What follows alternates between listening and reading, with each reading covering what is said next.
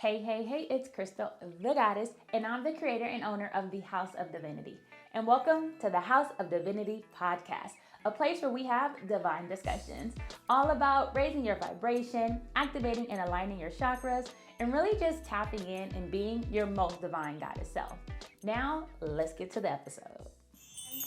Welcome back to another episode of House of Divinity Podcast. I'm your host, Krystal The Goddess, but I'm actually joined today by someone very special to me in a short amount of time, and I'll tell y'all why.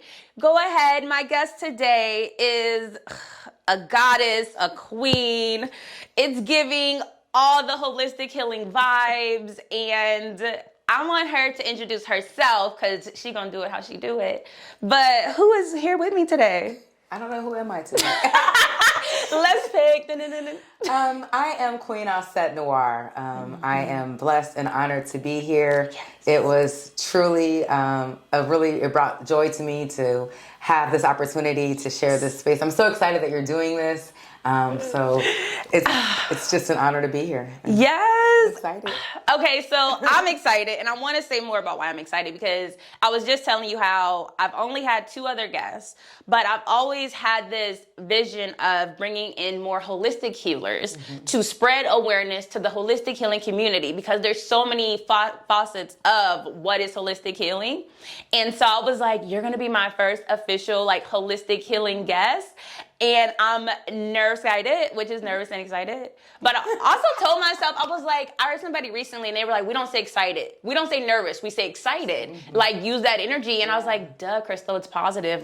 So I won't even say I'm nervous anymore. I'm just excited to have you here. Well, I'm excited. I love being the first. Auset is, one of the first Netherus or deities most of us learn about. She was the first to be copied, the first to be imitated, immaculated. So, hey, true to the name. And I'm here for the history lesson because, okay, so I told you I've been to Egypt before, and we'll talk about it a little bit. But anytime we're talking about Egypt, Kemet, aka Kemet, but anytime we're talking about Kemet, I get excited. So I was about to dive in on all the Kemetic history, but we can save time for it. We got nothing but time. So let's start off. I always like to start off with gratitude. And today, it's so cliche, but I have to express gratitude to you, Auset, for being here because we met, literally, it was in passing, right? Auset hosted a Kemetic Yoga event or a Kemetic Yoga session when I did Kemetic Reiki training. But me living in LA, I missed Kemetic Yoga because I thought I just had time to drive to the location. And so I missed it, but I was so intrigued by Kemetic Yoga, what is that? And that was almost 2-3 years ago now? I think so. And I didn't even reach out to you until a year later to come and do Kemetic Yoga with me at one of my sound bath ceremonies or sound bath meditations. But I have gratitude because I just had a vision and you were just open to coming and collaborating in this event and bringing healing to my space, additional healing, and to a space that I had created. And so I just have gratitude to you to being open to that then, but also to take it a step further and come on my podcast. And we're going to dive into some stuff today and I told you the first time I actually got to do Kemetic Yoga with you that more people need to experience this, especially our chocolate goddesses. Come on. So I want to express gratitude to you today for being here, being a part of this space, being open to connecting and collaborating with me, but also just for sharing the work that you do with our community. So, I'm going to accept that gratitude because it is the most warm and fuzzy feeling. Gratitude is everything. So I appreciate you, and I appreciate you being, I think I told you this that day. I said, I appreciate you being yourself because you being yourself is what creates spaces for people like me to be ourselves. Yeah. God, when you tapped in and tuned in, we create vibrations and we find those vibrations because everything you were working on, collaborating and wanting to put together, and this vision you had was I'm on the other end thinking the same thing. I need a group of goddesses. I want to collaborate. Us healers got to work together. Sometimes the society has this way of making us think we got to do it all. We got to do it all independently. Yeah. And so when I got that phone call from you, helped not only create that space, but it helped me validate who I was and let me know that my vibrations are reaching out.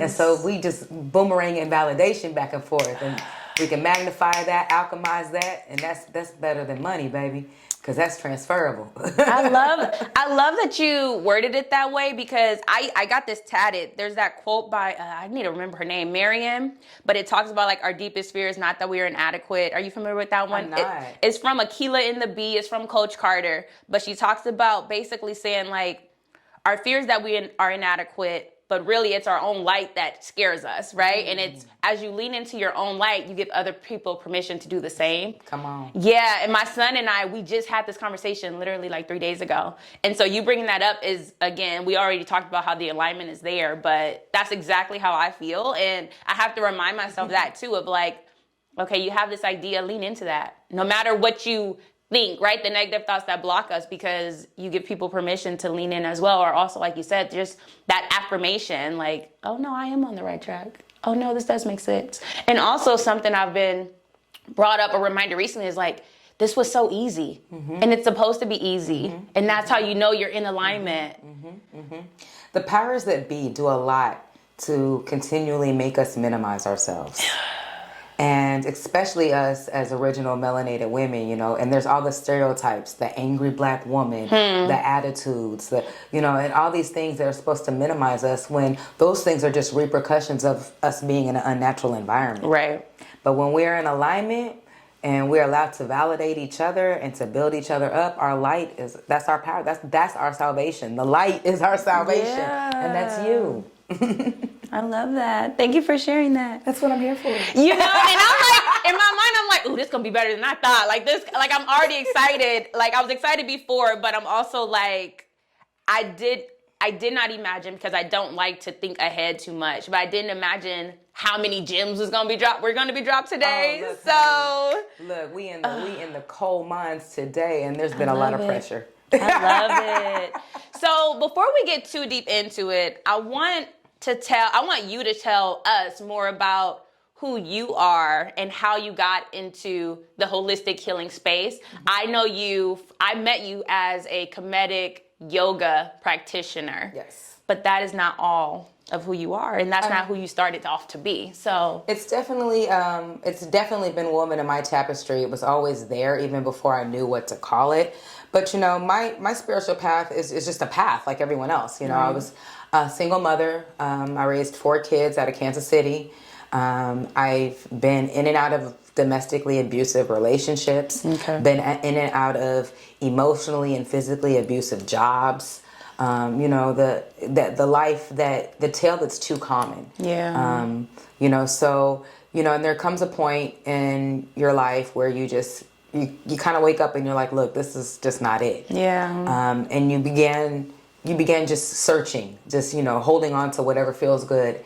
And if you're lucky, the things that feel good are positive. Like it can go one or two ways. So I was lucky enough to where, I always grew up kind of athletic minded, kind of health conscious in a little bit kind of way. And I grew up a dancer.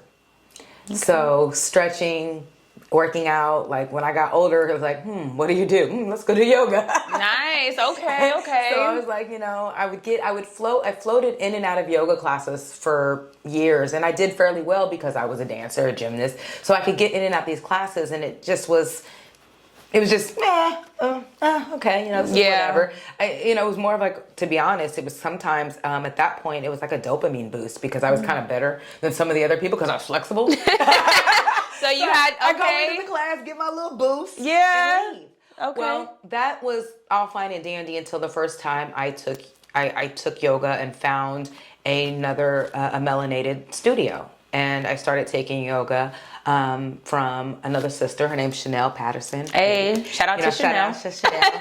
She's in the Virgin Islands now, I believe. Hey. She went back home. I ain't even mad. I'm mad she didn't take me with her. Goals, right? Like, but let me that's where visit. she was from, so she went back home. Okay. But I started taking classes at Mellow Yoga, and that made me notice that there was something deeper there than just the physical, just the movement, just the physical. Like, and now I know that movement is only one of the 8 branches of yoga. Yeah. But it also, I remember one night I'm like, even though I had an ethnic teacher, I'm like, where the black folk at? Right. Like, I'm still asking that question. So I was like, something in me just knew there's got to be, like, there's African everything, right? Because let's be honest, that's where it all came from. Exactly. So I Googled African yoga, and I stumbled upon Kemetic Yoga. And I love telling this story because there's a cute little twist here at the end that just brings me so much joy that as I think about as this process was going on. So I find this yoga, and it seems extremely far-fetched because, again, I'm a single mom of 4. Yeah. There isn't an offering at my city yet. Actually, I hear there's one coming now, but at the time he only did workshops in Chicago, Atlanta, Jamaica, and Kemet. Wow. In Egypt. I'm like, not even LA. Darn it. Right. Not even LA. Wow. Okay. Although I think he has one in Vegas now too, maybe. So that might be the closest to LA. Wow. And those were the ones that were in the States. Were all like one weekend for like 4 months or something like that. They were really more designed for the people that live there. Okay. Right. Because so traveling back and forth 4 times wasn't feasible. So the Jamaica and Egypt trips were both, like, wow, like, who doesn't want to do that? Right. But I'm a single mom of 4. Mm-hmm. I'm like, how am I ever going to figure this out? Right. So I printed out that sheet. And I printed out the information, and I just recently started getting into like a law of attraction and manifestation techniques and stuff. So I'm gonna carry this around with me. I love it. I'm just gonna keep this, and I still have it. It's on my gratitude wall. I still have it, the sheet that I printed out, and some things come to pass. I end up figuring out how to finance this trip, and I end up doing the one in Jamaica, in Negril, Jamaica. 10 days in Negril. Wow. About that. Got a yoga certification out of it. It's like, it's a vacation and a yoga certification. First of all, I ain't even been to Jamaica yet, so I would have been like, ooh, I get to check this off my list and get the training. It is one of my favorite places to go. Now that I've been a few other places, because everything that you get everywhere else, all the touristy stuff, you can get that with us, and we can't get it there. Yeah. Now, I haven't been to Egypt yet, so we're going to have to trade trips. Right now, yeah. So I'll give you the itinerary for Egypt. Yeah. You'll give me the itinerary for Jamaica because that one was a little bit costlier, but I ended up doing the Jamaica trip. Okay. And here's the coolest thing. So here's my plot twist at the end. I'm sitting on the plane on my way to Jamaica, damn near in tears, because I can't even believe you really made it happening. Happen. Yes. And I'm looking at the itinerary that he's now sent us that's showing the exact of all of our days and what days we're going to be doing what, and the date that we were set to get our actual certification, the certification ceremony, was 1 year to the date. I pull out that paper that I printed out. Wow. And it was literally 1 year to the date. On the exact same date that I had printed out that paper was the date a year later that I got my cert. And that was so validating for me. It'd be those little things like, I don't need much. I just like those little, it give you chills. Yeah, I'm like, wow, like, these are those moments where you're doing what you're supposed to yes. do. And it was scary, because I spent, a nice little chunk of change. Again, I'm a single mom. I was going to say that could have went to the household. Yeah. And then did you feel guilty? I did feel a little guilty. I struggled with all of that. Yeah. I struggled with, and my kids were teenagers at the time, so they understood. Yeah. But, here's the cutest thing. My youngest was like 6 or 7 when I got back home. He was walking one of his little friends around the house, like showing them things like, and that's my mom's yoga certification. She teaches Kemetic Yoga, and she's really good. I love it. He knows that? Yeah. And I'm like, they do. They do. And that they do.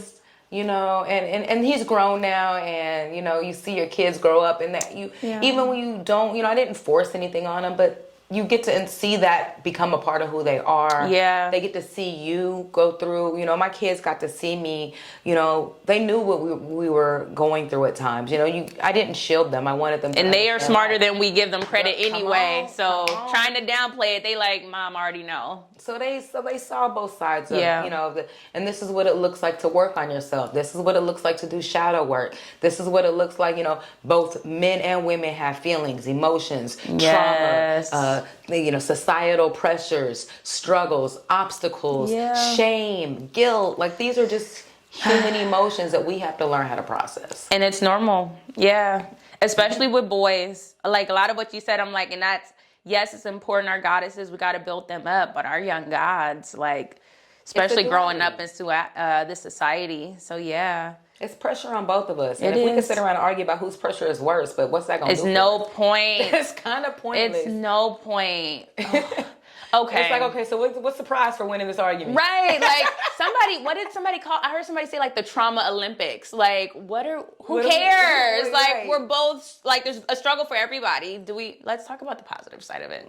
What are we doing to fix it? What are we going to solutions based? And the people who caused it are not going to be the ones to fix it. So we can quit looking to them for and that. they don't care that we are comparing it right now because it's keeping us where we are. Exactly. Let them talk.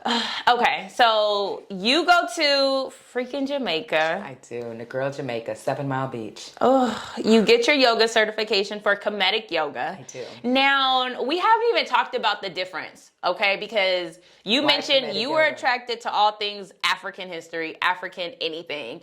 I also, which is again how I even found Kemetic Reiki. I have a very similar, my origin story is very similar to like, okay, I'm hearing about Reiki, but where we at? What's the black, right? And then I didn't even think about a black side of it. It just popped up one day. Raiseki Arts Temple. Found you. It found me. And yes, I was interested because I was already in the holistic healing world, right? Like herbs, crystals, all of the things. And I just kept seeing it. So very similar. It found me one day, but I was like, oh shit. And I'm thinking I might have had Egypt already booked. And so I was like, when I come back, I have to get into this Kemetic Reiki. It was a timing issue. Same thing. I couldn't go when I first found out about it.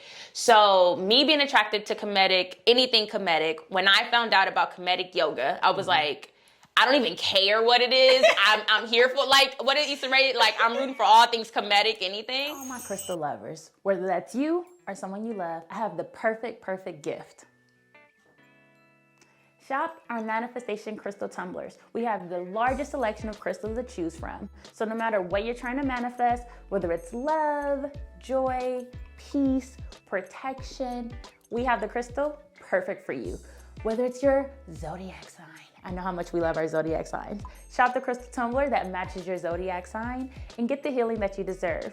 Healing in 1, 2, 3 easy steps. Fill your tumbler with water. Allow it to sit 20 to 30 minutes so that the water can absorb the vibration of the crystals. And then after that 20, 30 minutes is over, you drink the water, step 3, and the water inside our bodies matches the vibration of the water that we are drinking, and it will internally raise your vibration and activate your chakras and activate the cells within your body. So shop the largest selection now, perfect for fruit-infused drinks, teas, and of course water. Shop now and get this healing delivered right to your doorstep. See you in checkout. But can you explain, like, what's the difference? Well, what is Kemetic Yoga? And then talk about the difference. So what's funny is when I found it and, got into it, but when I got on that plane to Jamaica, I had never experienced it myself. Yeah. Like, I still had no real idea what I was even getting. All I knew, I was sold on the word Kemetic. Like, all right. I'll take it. Yeah. Say less. It was like say less. Yeah. Like, sold. So Kemet being the root word there, Kemet. Yes. So Kemet being the original, or with respect to some opinions, considered one of the original names of the space that we now commonly refer to as Egypt. Yeah. And Kemetic culture is very it's very connected to our present day situation. We have to learn how to balance energies.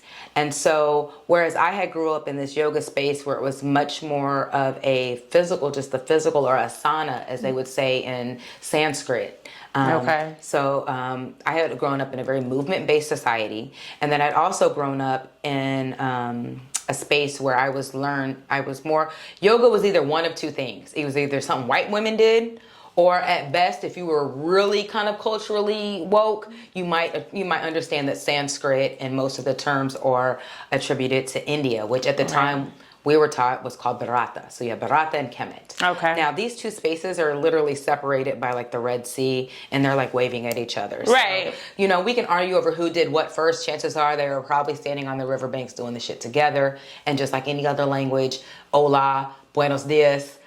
We were just trying to go through all of it. Bonjour. Like, we got all these different ways to say the same thing. It's all the same. It's all the same. It's the energy that matters. But But what we did know, what I did appreciate once I did get to Jamaica, and I'm sitting in my first Kemetic Yoga class, like, all right, what am I even here for? Yeah. And he begins to take us through our first class, the first immediate notice. And for me, it was almost a shock. Because again, I came from yogis, power yoga. And, okay. So the first major difference, there's 4 differences in Kemetic Yoga. The first difference that I noticed was the breath. Which ultimately ends up being most people's favorite thing, the breath. Kemetic Yoga first sets itself on a foundation of having very rhythmic and equal breath. Okay. And we're taught to typically think of the breath as an inhalation and an exhalation. But that's not true. Okay, deep breath. Come on. Got it. We got an inhalation, then we have a pause, and then we have an exhalation, and then we have a pause. So it's that quadrilateral concept, which if you think about it, if we think about nature, earth, air, fire, water, All the elements. north, south, east, west, All the directions. up, down, left, right. Like we have more than just a duality. Yeah. And we have a spectrum in which we operate, Of course, yeah. That breath, we have to really allow that breathing to be the first step, the first foundation. The inhale, the pause, the exhale, the pause. So that breathing right there gives the body and the mind and the soul and the spirit a chance to be in sync, to be connected, for you to really process things. So the second thing is the geometrical progression. So this is the idea of connecting the breath and the movement. Okay. And that everything is connected and it moves in a certain order. It's all a progression. Okay. So first thing we decide in Kemetic Yoga is that we're going to connect our breath and our movement. We never move without understanding where our breath is and where that movement is on the connection. Generally, anything moving up, that's an inhale. Down is an exhale. When we're twisting, inhale, exhale. Like it's all a movement. Yeah. So it's all connected. It's all when we progress from one phase to a next. We start with the basics and we add on, right? It's all progression. So we have breath, we have progression. It's interesting too that you're even, and this is what I love when we do talk, because I see all of the similarities between like the things that I've learned in Kemetic Reiki, right? And there's so much more to learn for me, right? As I'm continuing to reread the books and study more, and I always need to study more. But even like the breathing, I remember learning that like how we breathe on a daily basis is not the way we are intended. Like we're so like we're supposed to be taking these deep inhales. We're supposed to be getting the oxygen through the body. And then I don't know about y'all listening, but like the minute you started saying breathing, you started I was getting like, conscious of it. deep breath in. And I'm like, let me not be on the mic, but yeah, like that's something that I do like intentionally want to work on is my breathing because of everything you're mentioning. Let's talk about the scientific stuff behind what's really going on. So the breathing and yoga. Yoga basically helps to reprogram the parasympathetic nervous system. Okay, nervous system. I got this. The nervous system. Look, we got to stamp it as we go. Right, because I don't want to lose nobody. So here we go. All right. So nervous system, Yes. parasympathetic nervous system, and then we'll get back to the 4 differences of course. yoga. I ain't lost us. Okay. So the parasympathetic nervous system is your response system for dealing with things. So it's what sends you into fight or flight, which is our typical response to dealing with stress. Keeping in mind that the human body doesn't know the difference in stresses. It doesn't care if it's emotional, physical, financial, political, racial, whatever. It doesn't care the motivation. It just knows that it's stressed and it thinks that you either gonna have to fight or flight. Either throwing hands or you running. Right. So there are some very significant physiological changes that happen in the body when we go into stress mode. We start to have all of our oxygen redirected to our extremities so we can either fight or flight. So now our internal organs begin to decay because they're not getting any oxygen, they're not getting any blood, they're not getting any nutrients. Now we have cortisol being released into our bloodstream, because cortisol is what our body uses to convert energy into energy. So that's fat cells. So now, because it's like, oh, look, you might be hungry, so let me send you some energy to your fists or to your feet in case you're. So now we've got fat cells floating around. What do? They find out somewhere to hang out. We send our heart into overdrive because your heart's trying to get all this stuff to your extremities. Yes, pumping harder. Yeah, so that's like dogging out your car. Like you just rumming your engine. Yeah. And then oftentimes we never really go into fight or flight. because the stress was more of a perceived danger. So yoga puts us in a bunch of what I like to call WTF positions. Okay. Like you're in this weird position. You're like, what is this lady? Put your knee behind your ear. What? It can feel really awkward. Like, what is this? And then she tells me to breathe. Oh, wait a minute. Hold on. This really isn't that bad.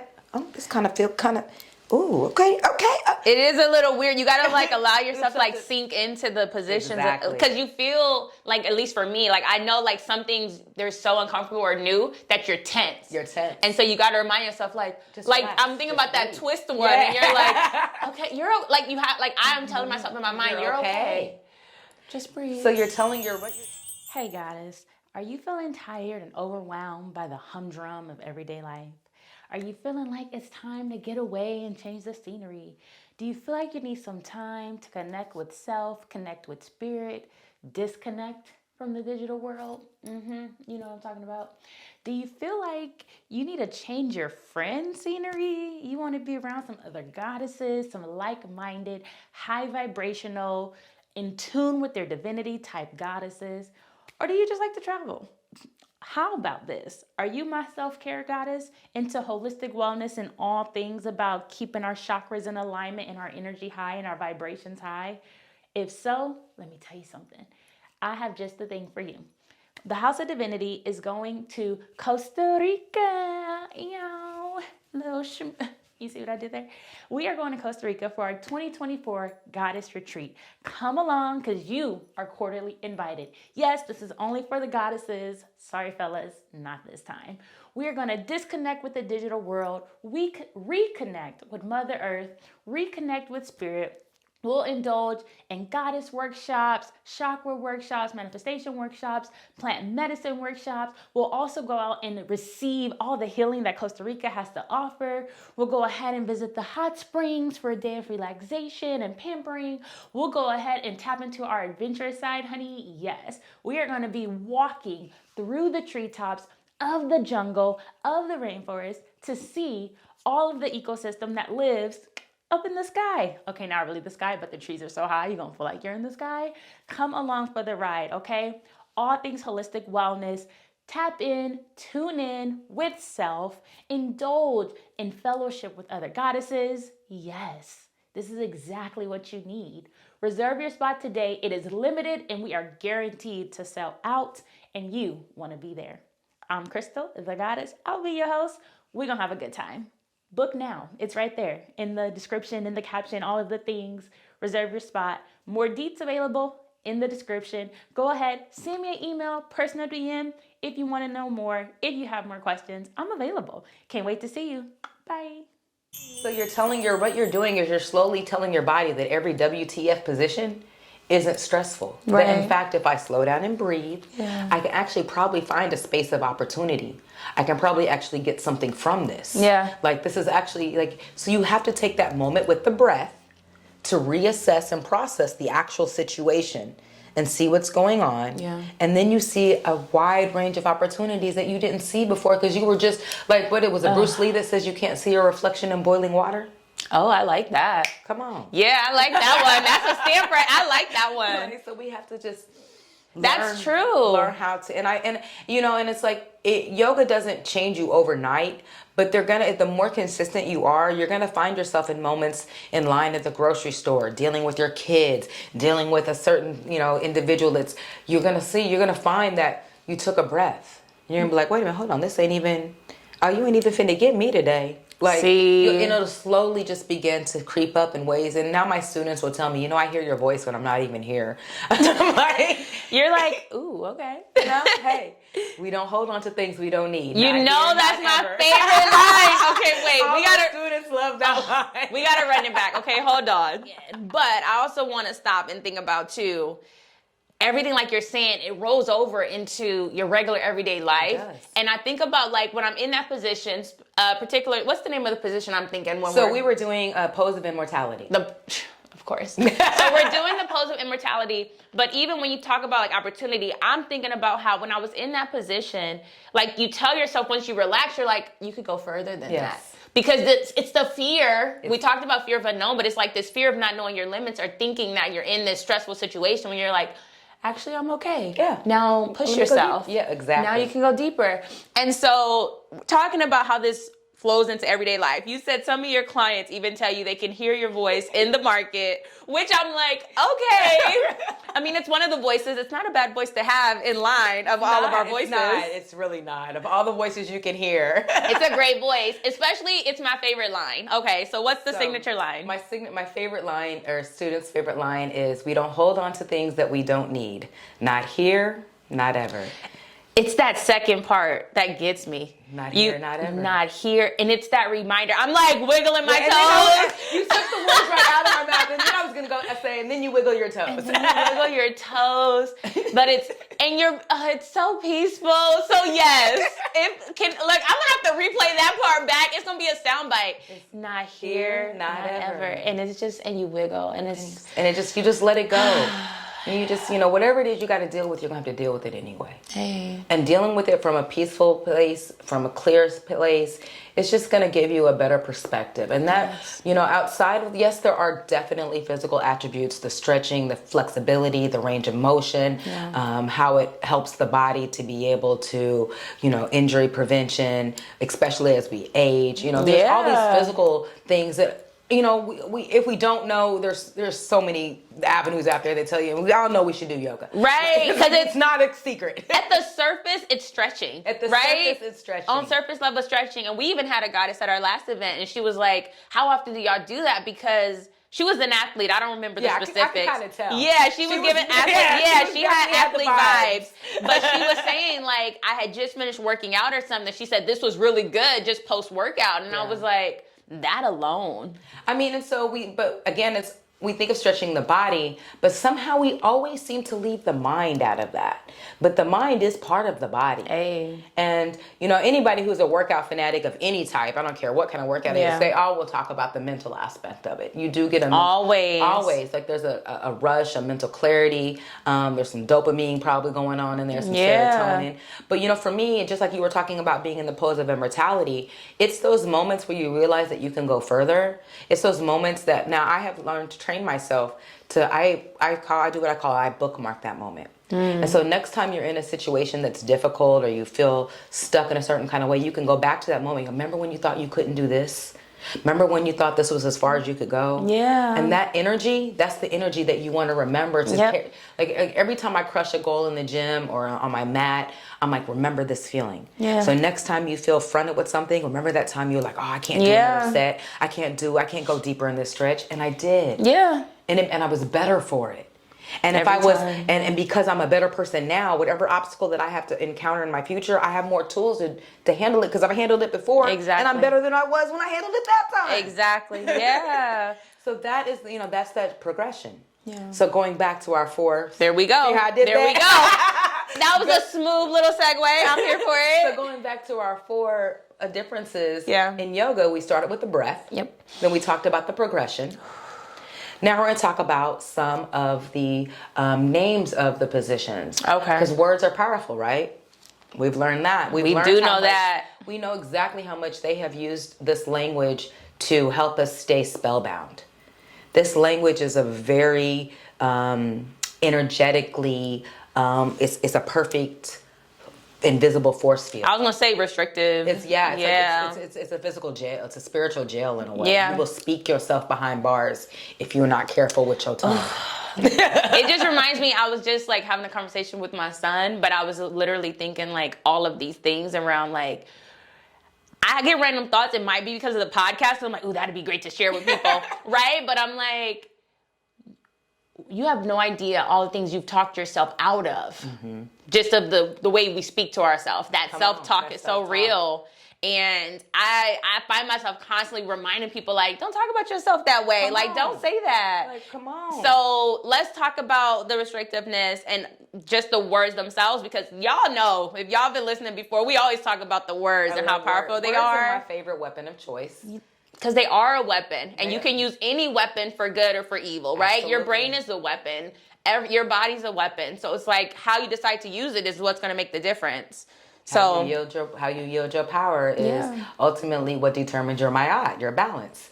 So in Kemetic Yoga, we have some different terms that we use. The most common, the most general example that I generally give, most people, I don't care if you've never been in a yoga class, most people know downward dog. Yes, we do. It's probably the most common.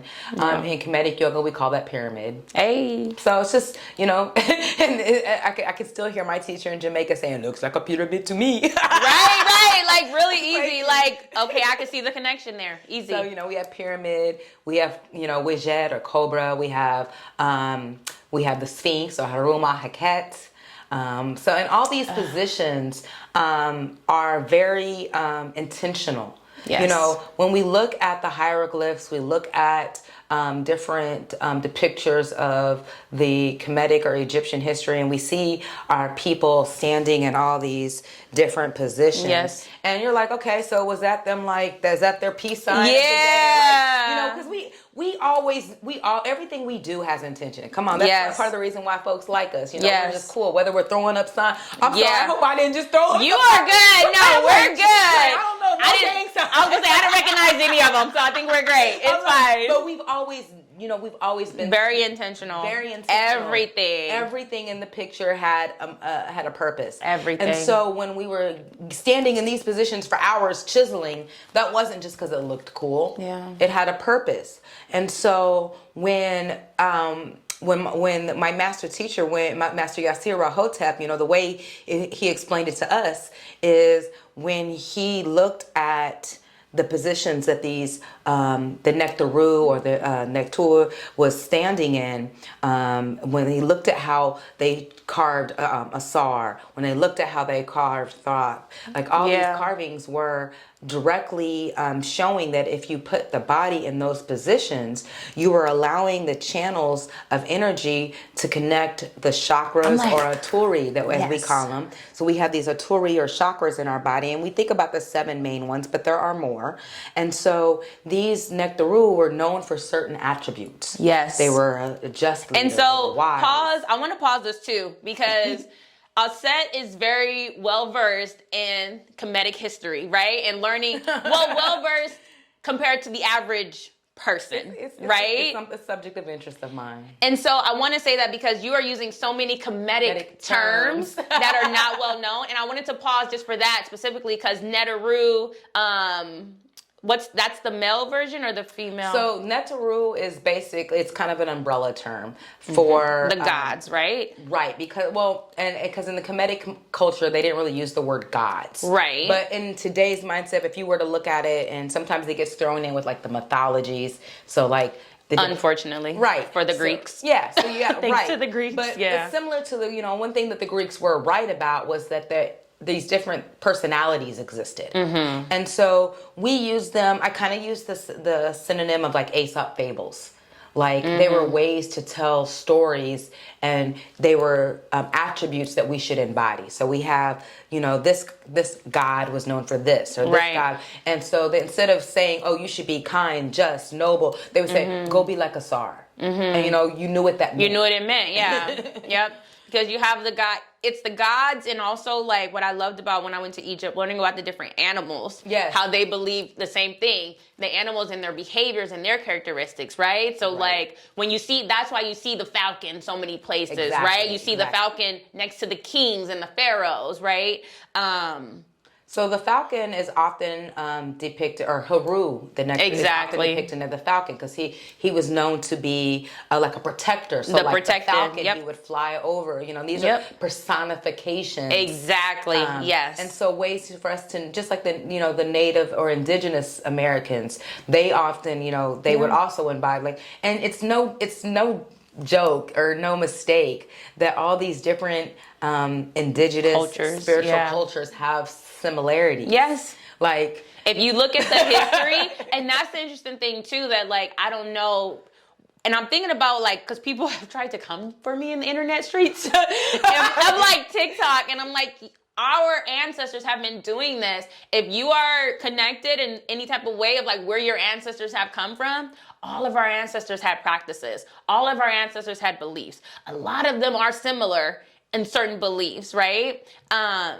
But I did want to stop and pause and say, like, right now, a lot of what we're talking about, and this is actually what attracted me or excited me the most about Kemetic Yoga, because having gone to Egypt, when I saw these poses and the names of them, and having seen them in Egypt, having seen them on the walls of the temples in the pyramids, having seen the Sphinx, aka Heru Aket, right? Having seen all these things, that's like the most English way to say it. She has a little twang when she say it, but we're saying the same thing. But I also wanted to highlight these things because right now, Auset is sharing different poses, kings, queens, pharaohs, gods, goddesses that you have read about. Maybe you are more familiar with, like the Greek names, right? So the Greek Isis is Auset, It's probably the most Isis, Osiris. That's the original trilogy. Thoth and who is Thoth in the Greek?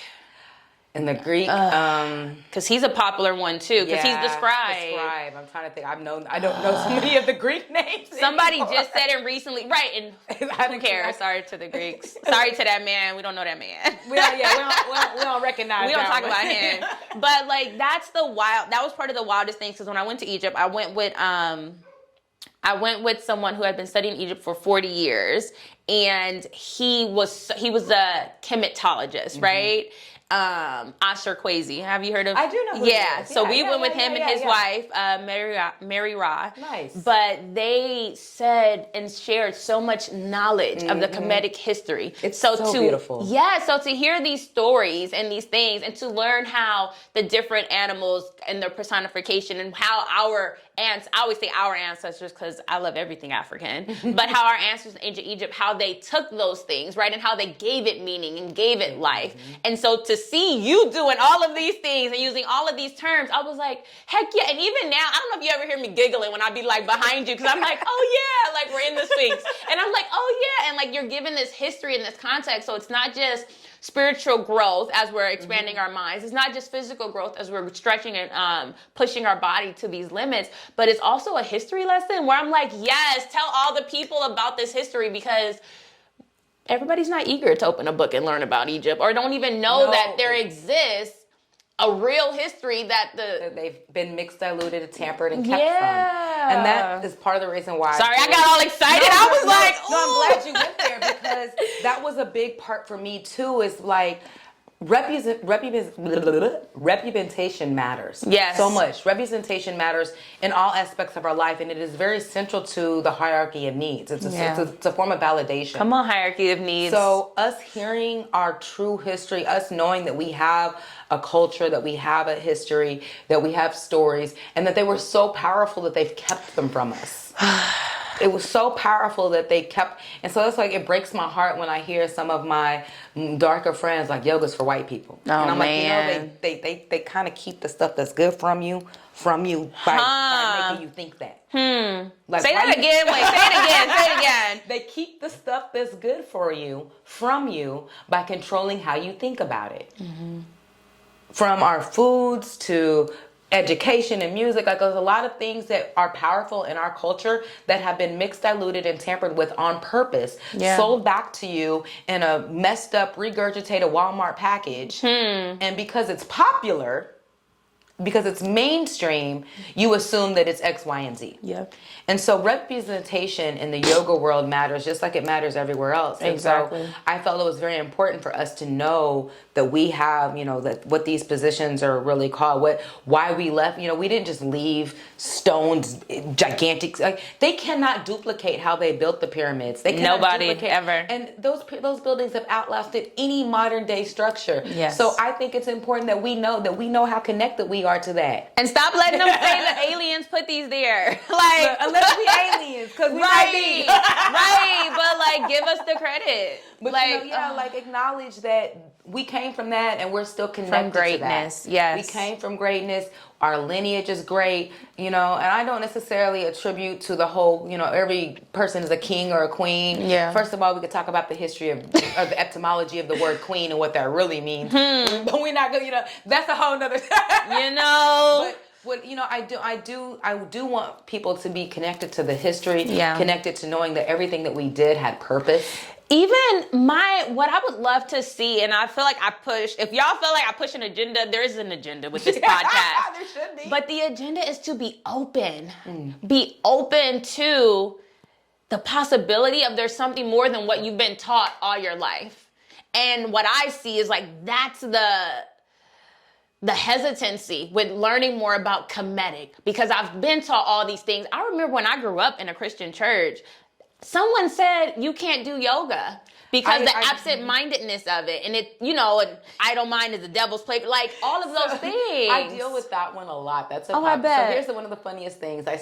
One of the first places that I started teaching Kemetic yoga in Kansas City was the YMCA. Okay. And I laughed at this because I don't know how many people know the history of the YMCA, but let's look at the letters. YMCA, Young Men's Christian Association. Is that what? I don't know if I've ever heard that, what it stood for. Young Men's Christian Association. Oh, wow. It was originally like a gym or like a community center for Christian men. Wow. Okay. And there used to be a YWCA, and then somewhere I think like in the 70s or 80s they kind of meshed. Got it. Okay. But they kept the men's version. I picked up on it. Men's Christianity is what has runs this world. Come on. So it was a Christian-based organization, and they still have a lot of Christian-based, theories and mission statements and things. So my first joke to myself was, how long are they going to let me teach African spirituality in a Christian, in a Christian space? Do they know what I do here? Do they know what I'm really teaching? But what was so funny is there was an older gentleman who worked there, who used to come to my yoga class, and he used to always, every day he would have scripture to quote. He was a very Christian person. Okay. And he said to me one day after class, he said, you know what, Miss Auset? I swear after your class, I feel like I'm more connected to Jesus every day. And he's like, then he said one day, he said, the Kemites and the Christians had a lot in common. I said, you don't say.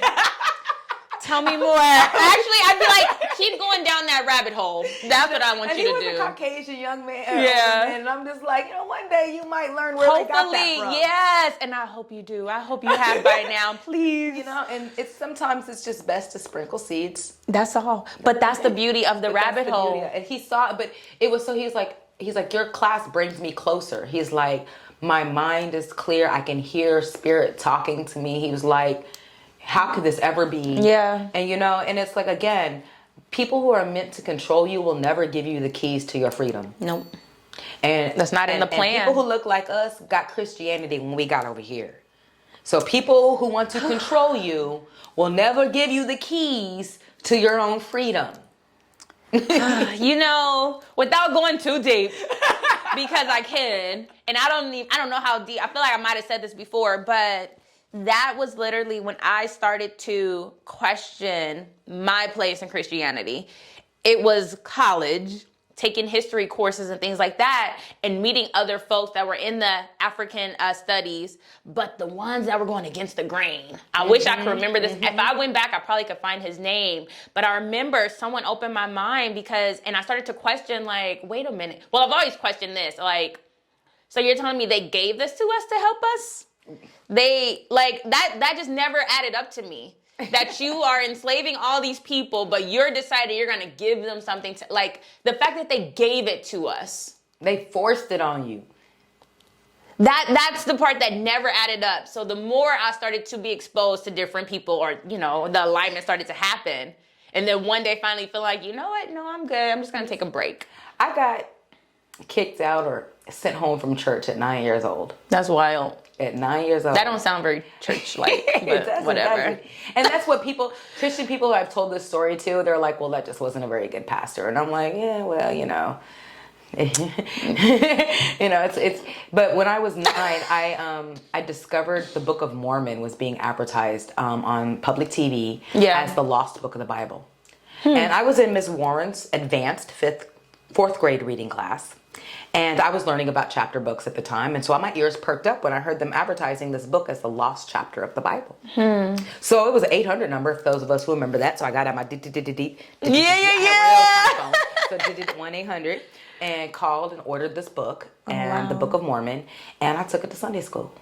And I walked in and said, Miss Johnson, they missed the chapter in the Bible. And all of your nine-year-old innocence. All my 9-year-old, I'm thinking, don't worry, y'all, here go the number. You can order one, but everybody can have the lost book. We got the lost book. No worries. Wow. And Miss Johnson says to me, she says, you know what, baby, you should probably go downstairs and talk to Pastor about that.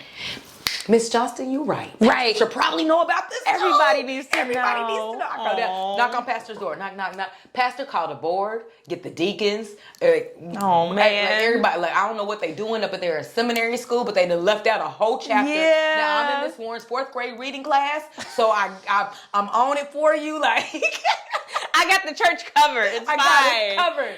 And he's like, no, baby, we don't go outside our book. And I said, now wait a minute, Pastor. In Miss Warren's advanced reading class, I had to have 5 sources for my book report.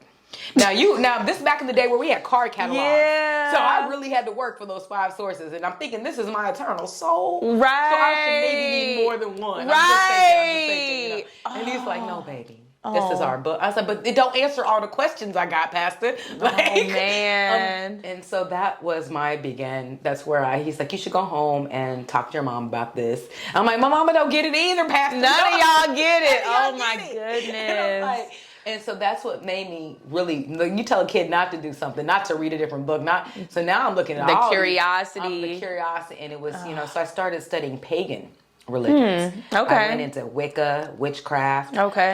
But even in that world, I was accepted very young into a very old establishment of pagan witches. It was a coven, okay. Over 100-year-old coven, a very old coven. But it was Celtic and Norse and Irish. They're all redhead white ladies. Okay. So I went looking for people who look more like me. Of course, and then I found Egypt.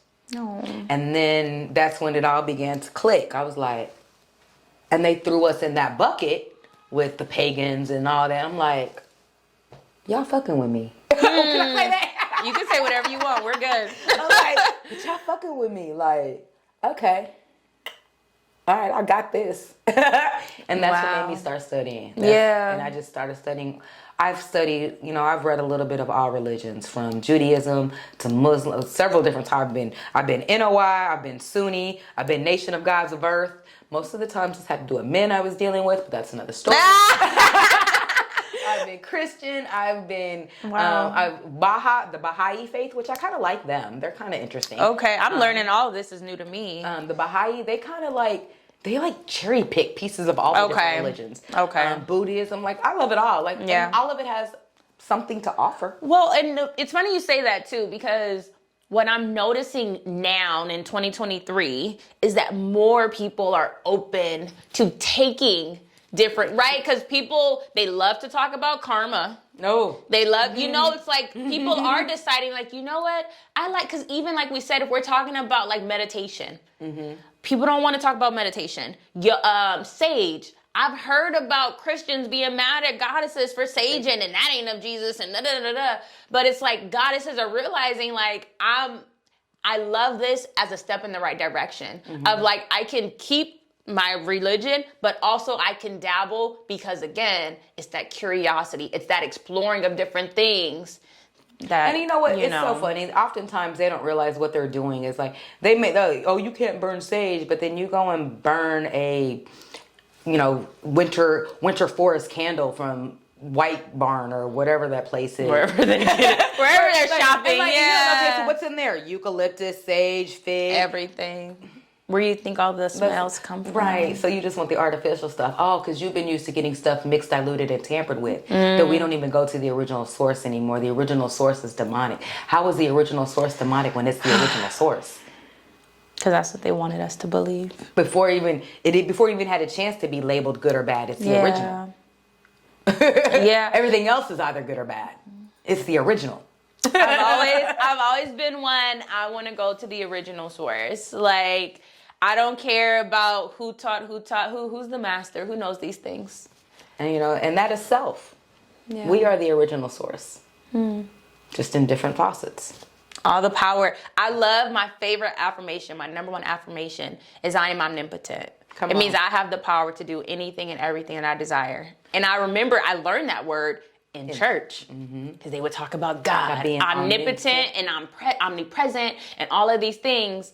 And I was like, you know what? When I realized that I'm a whole goddess out here and I have the power, and I was like, you know what? No, I am too. Facts. I And love you know, that. so in Kemetic culture, you talk about this in the sound baths, we talk about being light, being light. So that means multiple things of that word. The word light means a weight. That word light means a shade. But both of those things are applicable when we talk about being light. Yeah. So all spiritualities, all religions talk about becoming one with the light. Yeah. And so what is light? Light is energy. It's a vibration. I want to rewind. All religions talk about being one with the light. That idea alone for me is like, okay, if everybody's saying, like, there got to be something to it, right? If the great masters of all these different places, if the greatest minds of all these different religions and cultures are thinking this thing, then maybe we should listen to that. So what is light? Light is energy. Light is a vibration. And so the way I understand it, when we transition, our energy is going to have a density to it. What you're able to transition to is based upon that density. If you are heavy, you are stuck in this plane. You will not ascend. I don't want to be there. Most of us are probably on our 5th or 6th round now. Oh, man. And I'm saying that, like, probably 5th or 600. Let me Yeah. be clear. Like, you know, so we have the, you know, and as we, Light as a feather. So this is my theory of ascension. Okay. So as we transition, if your energy is not light enough, you could be a spirit guide. You could be an ancestor. You could be an elder. You could be a ghost. You could be a demon. Your energy can't go any higher than what it is. Once we master ourselves, balance our karma, and stay light, we eventually become one with the light, which is what all spiritualities talk about, which is also omnipotent and omnipresent. I love this. I love this. I feel like that was like a little mini commercial. So this is my theory on ascension. Like, I love that. And then I'm also thinking, did we wrap up number 4? No, and I haven't forgot. We're getting to the sequence. There we go. There we go. Okay. So we talked about breath. We talked about progression. Every time she says breath, we take deep breaths. Take a deep breath.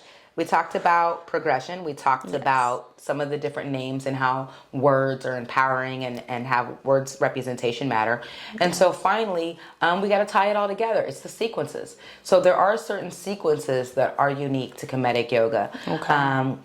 One is like all yogas have a version of sun salutation. So when you say sequence, what exactly do you mean? So sequence is a combination of movements. So we have all these different. We said different poses here. We've said pyramid. We've said immortality pose. Yeah. We got pose of Asar. We got the pose of men. We've got different poses, and to put them in an order, we would call that a sequence. A specific order would be a sequence. So Okay. when a yoga teacher's teaching a yoga class, she's doing one of two things. She's either using a sequence that is already known to that form of yoga. Some forms of yoga, and some people don't even know there are different types of yoga. There's Hatha, there's Vinyasa, there's Iyengar, there's Ashtanga.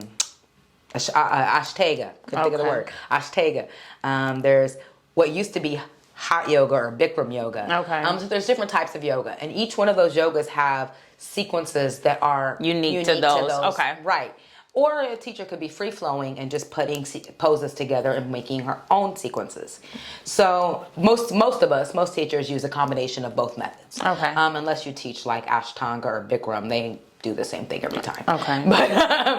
But most of us are using a combination. But there are some sequences that are going to be fairly consistent, such as sun salutations. Sun salutations are popular in many types of yoga: Hatha, Vinyasa. I think Kundalini has a sun salutation. There are several different Kundalini yoga. Kundalini yoga. That's Do you teach that? I don't. I'm only certified in Kemetic. Gotcha. I have taken and sometimes infuse bits of Hatha Vinyasa, bits of Kundalini. Kundalini is a lot of breath work. So it's very similar in that. Some of my sequences kind of have a Vinyasa more flow to them. So, but I'm only certified in Kemetic. Okay. So we have sequences that are universal but different, like sun salutations. It's common in many different types of yoga, but each one's going to tweak it a little bit. So we have that, or we have sequences that are unique only to Kemetic Yoga, like the one we did last time. We did Mayat Ka. So Mayat being the nectaru that's associated with balance and justice, and Ka being the African word for spirituality. That's a sequence that is specifically designed for like balance of spirit. So like we have, I feel like I need more of that in my life. don't we all? Because I was gonna say, because you can't get enough of that. Like, oh, balance me out, please. You know, and Mayat Ka is one of my favorite sequences to do with folks when they really, like, I'll have guys who are like super strong bodybuilder and they swear like this is not going to do anything. Of course. And 5 minutes into Mayat Ka, they're sweating buckets. And they're like, I'm literally just moving the top part of my body. How am I sweating so much? You also have a saying for that too. When the energy starts to build up. I remember you said that last week. And I realized that the first time I started doing yoga, because I was thinking this, but I was thinking the same thing. Like, oh, we're just stretching. I was in warrior for about 20 seconds, and I was like, whew. Like, you start to sweat, you start to shake, and then my honey joined me, and so afterwards I couldn't wait to be like, yeah, you didn't expect that, huh? Because we were both like, all right, girl, like, come on. So yes, the energy building is a real thing. I love how you word it that way though, right? Because we're just like, I'm in pain, ow, and you're like, feel the energy. You feel it. Yeah. You feel we are literally creators. We forget that it's all energy. It's all energy, and you can literally feel it, and you can take that energy, and what do? We smash it down into a form that we could use. And that reminded me of Kemetic Reiki too, because we talk about feeling the energy and like checking your aura. So that's why I swear, like, if I don't want you paying attention to me if and when y'all join us for an event, but I really be like, if you see me like smiling and giggling, looking like a crazy person, which might appear to be a crazy person, that is why, because I'm like, oh, like it's nostalgic for me. You know what's funny though is I think you're safe. Most of my students, and myself included, most of my students tell me that they take my class with their eyes closed. Yeah, it's such an internal thing. And you know, it's like I've gotten really good at cueing and being able to speak through the motions to where people don't necessarily have to open their eyes. Yeah. When I teach in a studio space, if it has a mirror, I turn people away from the mirror because I want you in that space. I don't want you to judge yourself. You're going to go through ranges of emotions on the mat.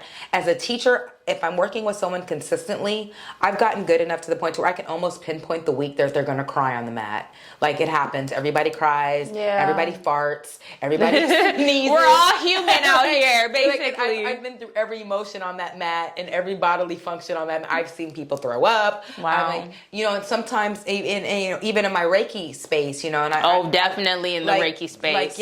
Sometimes that mucus will come out, phlegm will come out, and that sometimes what we have attributed to physical illness is emotional. Yes. It's mental, it's connected to trauma, and you literally got to get that out sometimes, and it all comes out on one way or another. One way, and better out than in, you better believe it.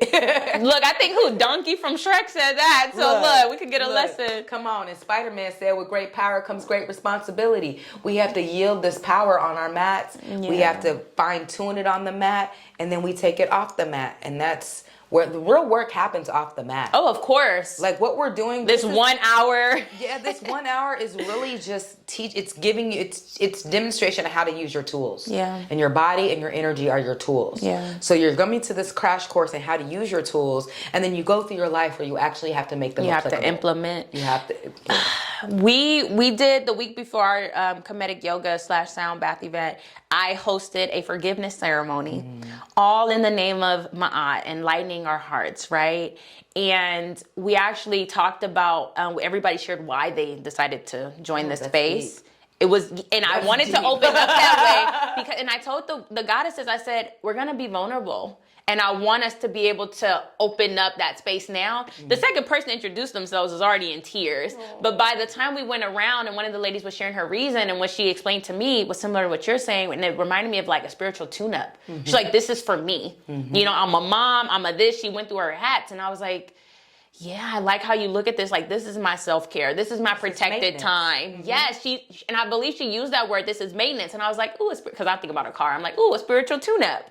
But you do have to come and like reset ourselves. Yeah. But it's not the resetting is necessary, but also if we don't change anything when we go back into the world, because one of the things a lot of the spiritual healers, they say like, I'm here to help you tap into your power so that you can heal yourself. Yes. You don't need me. Yes. Right? Yes. Like I'm here to assist you on Yes. this journey, and however that may look, but the goal is that you're doing this work by yourself. And I'm giving you, like you said, the tools for you to do this work. I'm teaching you how to use the tool. You are the tool. Right. You already have everything you need. You already have everything you need. Yeah. You just, sometimes we'll have everything we need, but maybe we can't see it because it's also cluttered with everything we don't need. I always say We too. don't hold stuff we don't need.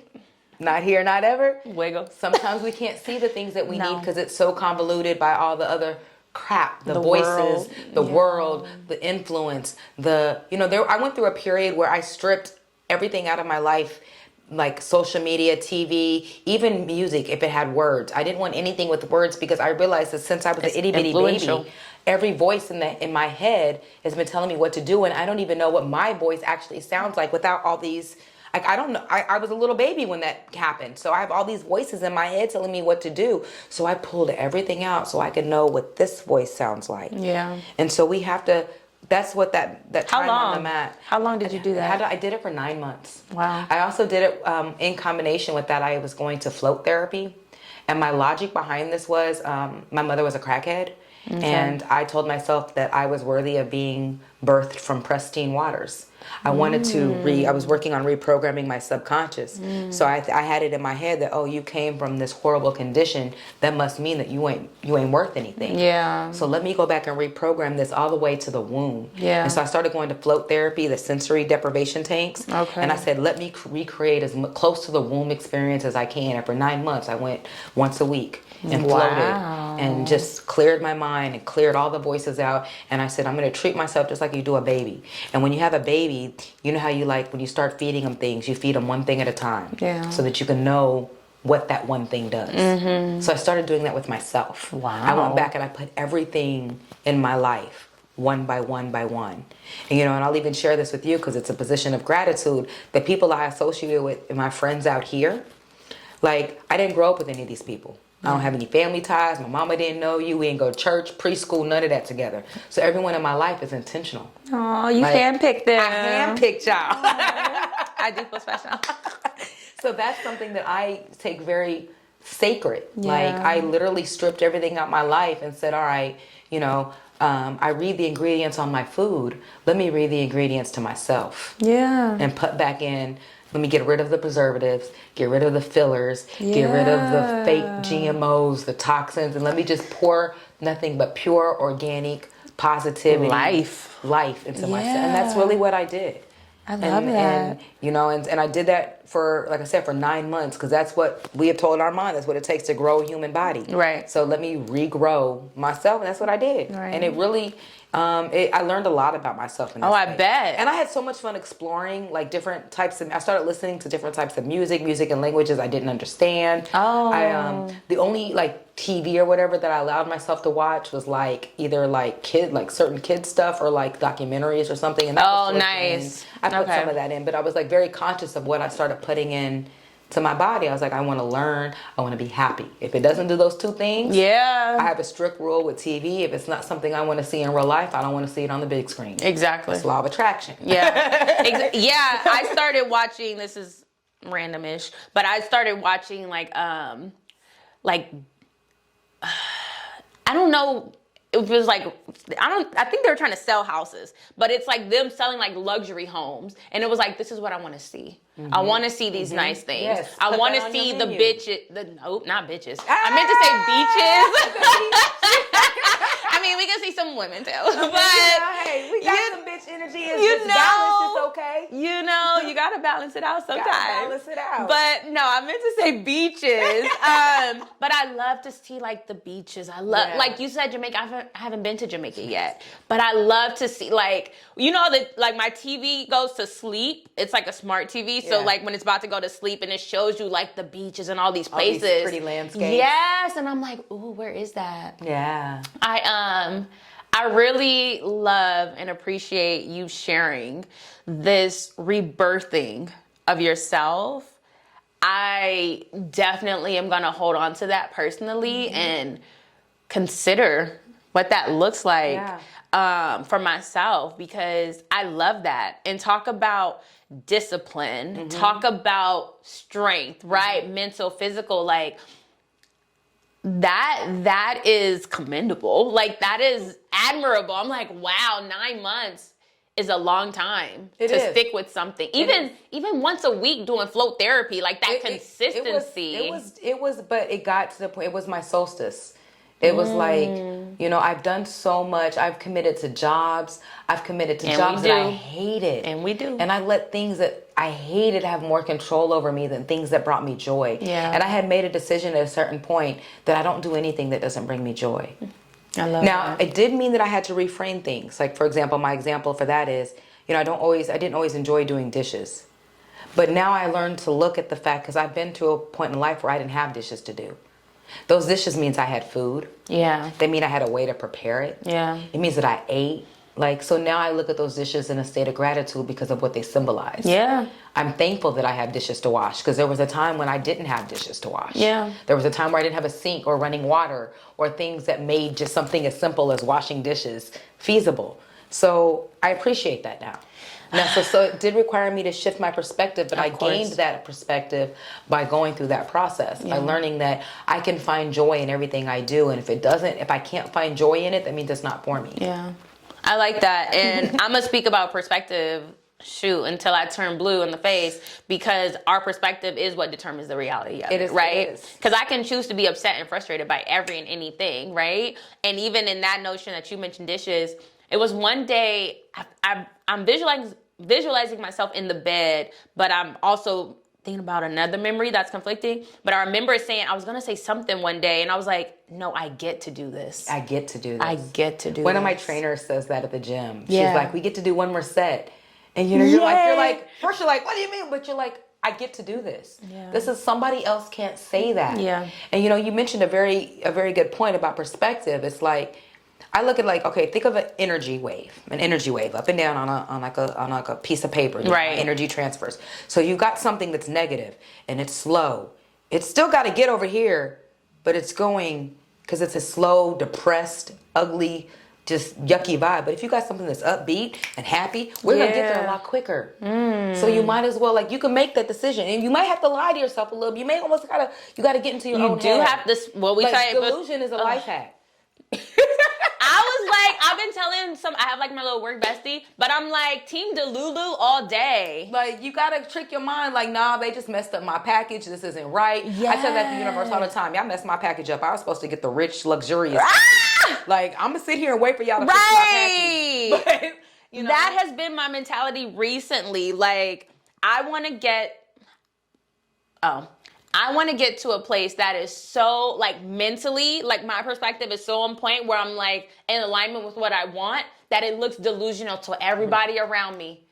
You can't tell me it's not what it is, because Krystal believes this is what it is. And that's as far as we are concerned, that's all it's ever gonna, you have to really be that dead set on what you want. Yeah. And the more dead set on it, you just don't see the other stuff. You don't see the obstacles. You don't see the haters. You don't see the different. Because they don't have to exist if I don't want them to exist. Come on. You can't tell me what, my mind is a real place. It's just as real as anything else. This is it exists. You can see my thoughts on, if you do an MRI, you'll see a thought. It looks like an energy. It's an electrical occurrence. Yeah. That is real. It exists. Yeah. Just because you can't see it does not define my reality. Yeah.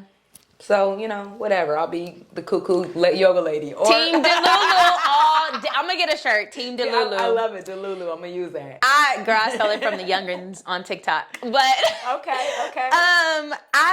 I want to go ahead and say that I have enjoyed this conversation. Look. I'm like, we got to bring you back, because I feel like we didn't even talk, not that we didn't talk about enough, but there's so much more. It's so vast. That we can talk and dive into. It is so vast. And I love that you're doing this, because I want to do this, but I'm not disciplined enough, so I'm gonna work on that. But in the meantime, I'll come visit you on just pull up on me, and not disciplined yet, but also perspective. It's perspective. It's, it hasn't quite made its way up the priority scale. Yeah, exactly. And it's I tell my kids all the time, when you're ready, you'll do it. And that goes for me too. Like you just not, you haven't decided, it hasn't clicked yet. And you know what I told myself too? Like, I'm like, I don't want to. Ultimately, I'm like, I don't want to right now. Maybe like you said, it's priority. I have other things that I want to do more. And as long as I can address the reality of now, whatever I want that to be. And follow me around with the camera. I drop gems all day. Shoot your shot, girl. If anybody wants to come follow me around with a camera and record my life, I promise the content will be worth it. But that's what I don't want to do. Is I don't want to deal with all the technical stuff and the editing. I just want to be me. And if you're around to capture it, if you're there, I'm kind of like I'm an in the moment person. Like you had to be there. Yeah. And if like I've learned to. That's part of the 9-month thing. I noticed I was pulling up to places going, oh, where can I take a selfie? Where can I take a picture? And I didn't like that. I don't like that every moment I wanted on my phone. Yeah. And so now it's like one of my biggest complaints from my students back home is that I don't record enough. And I'm like, y'all, I'm just not. Come out here. That's just not my energy. It's like, like the second I cross over into that space, it changes. It does. It changes things. Yeah. So, yeah. So it's just like when you turn your passion into the entrepreneurial space, like it changes things. It takes it a little bit. Yeah, it changes it completely. It does. And it takes some, like, I don't want to say it takes the integrity away, but it can become a slippery slope. It can.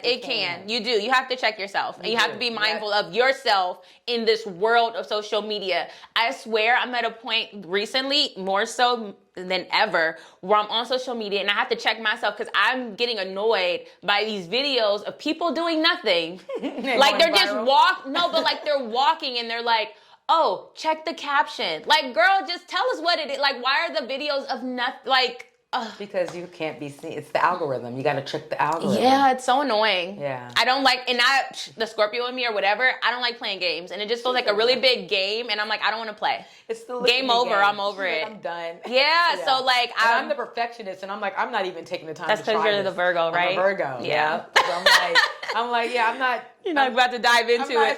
If I can't do it perfect, I'm not doing it. And then the perfectionist in me gets too wrapped up in the details, and then it's when the integrity I lose. Because now I'm worried about, is this perfect? Is this perfect? How does it look? And girl, I say do it ugly. Do it. There's a brand I've learned about or heard about this year. It's like the Do It Ugly brand. I'm with it. Just do it. Just do it. Fuck the perfection. Like, even like, I don't do a lot of editing to the podcast. Yeah. I know some people are like, oh, do you want me to edit anything? Girl, I am who I am. I show up as I am. Whatever. What you see is what you get. Y'all heard anything at all. Look, you heard me say bitches. I'm in beaches and it's fine. Like, it's fine. I be cursing in real life. It's fine. I curse in real life. So. Look, me too. Right? I love the colorful use of the American English language, and my use of colloquial euphemisms does not define who I am. I love that. Is that a personal quote, or is that? I feel like I've heard. I've read some. It's like I love that. We're all a mix of especially with social media now. We pick up so many things, but I think somebody else said something along the lines of "Do not define me by my use of colloquial euphemisms." I love that. So I particularly I honed in on that. I'm like, my intelligence is, I'm extremely educated and I can speak like a college graduate if I wish. But let's be real, that's not how we is when they not looking. Any crowd, like I can fit any crowd if I wanted to, but I choose to be me. Yeah, I stopped code switching. I'm like, I love it. I stopped wearing bras. I stopped shaving. I'm like, you know what? What? You fucking with me or not? Right. This is who I am. And I feel it. You're gonna love you for it, and those who wasn't going to anyway. Exactly. They would have found something anyway. I love it. Well, before we get out of here, that part, we have an event coming up. We do. I'm so excited. I love our events. Everyone gets bigger and better. Everybody. Every time. I always have so much gratitude for the dynasty and the community that we are cultivating and we continue to cultivate. And that is a beautiful thing, because even like I will shout to the cows come home about like everybody needs to come here. But when the women come to this event and they can stamp and affirm of like, this is what all of this meant for me today, that's all I need to be like, yep, this is why we're doing this. This is why we're here. Mm-hmm. So our event, Kemetic Yoga plus sound bath meditation, is happening. You remember the day? We said November 5th. We said November 5th. It is a Sunday. Yeah. Look, Casey is playing at 6 a.m. The football team team. We played the Jaguars that day. So if you're into football, you can still watch the game and then come. You're into good football. I don't know what the other teams are doing. I do not endorse the shade of the sports because this goddess does not care for any of them. I do not care. Just from there. That right. She's a KC native. That's one thing you're going to learn day one. Facts. But yes, we have a Kemetic Yoga plus sound bath meditation Sunday, November 5th, happening in a park in Cerritos. You can find House of Divinity by ktg.com. It's right there. It says healing events. You can DM House of Divinity by KTG and ask about the Kemetic Yoga. I will tell you that. But my goddess right here also is on social media. Where can they find you on social media? I am normally, the normal places, IG, Facebook. I can't get with Snap, but I am on TikTok. Auset Noir everywhere. Auset Noir. I'm sure you'll tag me. So I'm not hard to find. Your spirit will lead you to me. Hey. And you'll see, when you see her, you're like, that's her. That's her. It's not going to be like, is that her? No, it's her. You're in the right place. So again, just gratitude to you for being here. Thank you for hosting and holding this space. Thank you for being authentic. Thank you for allowing me to be authentic. I'm so excited for you and everything that you're doing, and you. I've learned so much from you, and I'm so big on reciprocal relationships.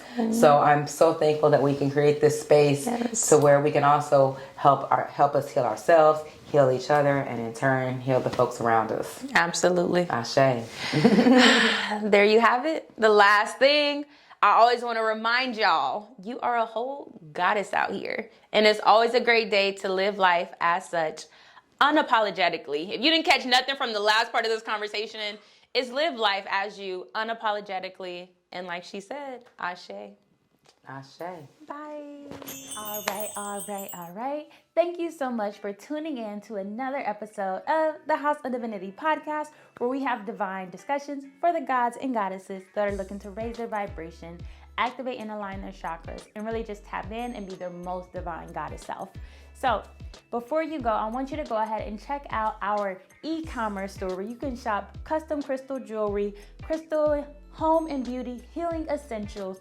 Go ahead, if you're in the LA area and you want to come to one of our healing events, click the website below, House of Divinity by ktg.com. Check out some of our events. Check out, some of the merch, which should be available really, really soon. But go ahead and really just look around. Thank you so much for watching. Thank you so much for your support. I'll see y'all later. Bye.